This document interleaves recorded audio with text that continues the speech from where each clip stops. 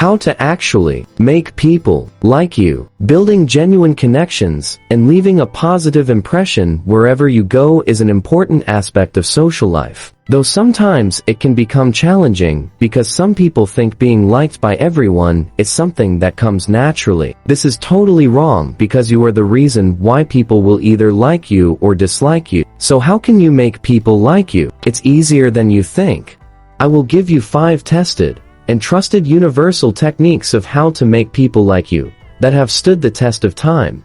The following techniques of how to make people love you are according to Robin Dreeke. Dreeke was the head of the FBI's behavioral analysis program for more than 27 years, so he's an expert on interpersonal relationships and knowing what makes people tick. They are the techniques that turn my social life for the better, and I guarantee you 100% your life too is about to change for the better. Let's get started. Number 1. Do not be judgmental. During my high school years, there was this girl, let's call her Emily. Emily literally had no friends in the whole school. You would often find her sitting at the cafeteria alone during lunchtime. One day, I decided to walk to her and have a conversation with her, and guess what? She didn't enjoy it at all. Sitting alone and having no one, she said, felt so awkward. I decided to dig more and ask her about her relationship with people. What she revealed shocked me. She told me even her own relatives did not like her. She said they would only hold conversations when she is away, and if by any chance she came in when they were talking, they would keep quiet or try to change the topic. In school, during conversations with roommates or classmates, she would realize she was talking alone, because they are all either silent, not paying attention, or looking at her with disbelief. After several consultations with other students, all of them referred to her as judgmental. She would judge and invalidate other people's point of view each and every time. I went back to her and told her, people find you judgmental, that's why they draw away from you. Whether she changed, I don't know, because that was around end of the year, and I transferred to another school.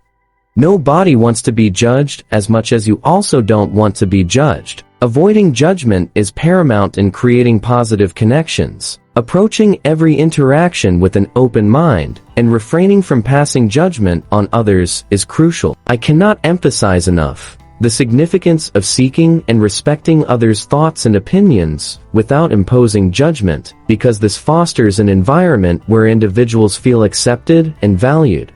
Number 2. Put your ego aside. Have you ever met someone who, according to them, they are never wrong, and they will do anything to make themselves look better or superior than others? These people are always correcting and finding faults in other people. How can you be liked by people when you are constantly trying to make them seem wrong, inferior, or at fault all the time?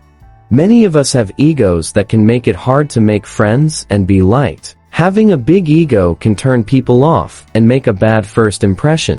If you always want to show others they are wrong or correct them when they make a mistake, or if you're always trying to be better than them with your stories, you're hurting your chances at being friends.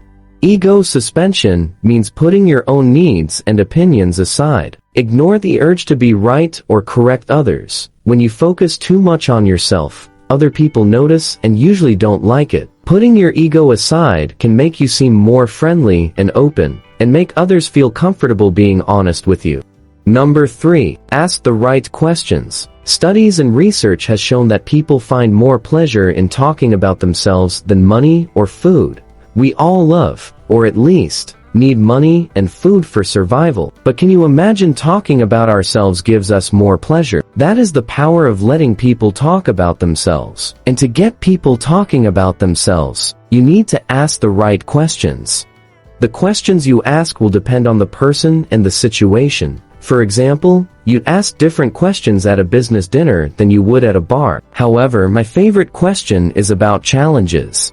A question I find effective is asking about challenges. What challenges did you face at work this week? What challenges do you encounter living in this area? What challenges come with raising teenagers? Everyone faces challenges, and it encourages people to share what's important to them at that moment in their lives.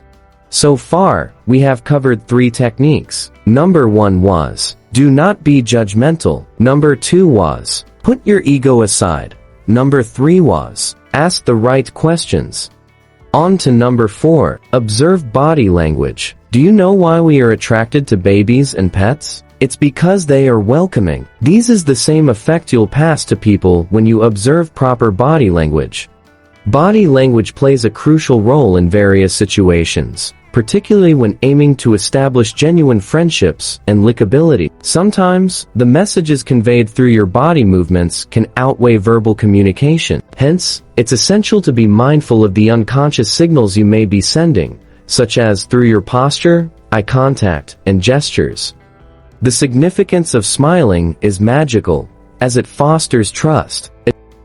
Last, but not least, number 5. Be a good listener. Robin Dreeke highlights the need to resist the reflex of formulating a response while the other person is still speaking, and instead, to focus on listening attentively. He advises consciously dismissing any urge to interject with our own stories or thoughts. Instead, we should strive to remain fully engaged in the other person's narrative and genuinely explore the ideas or thoughts they express.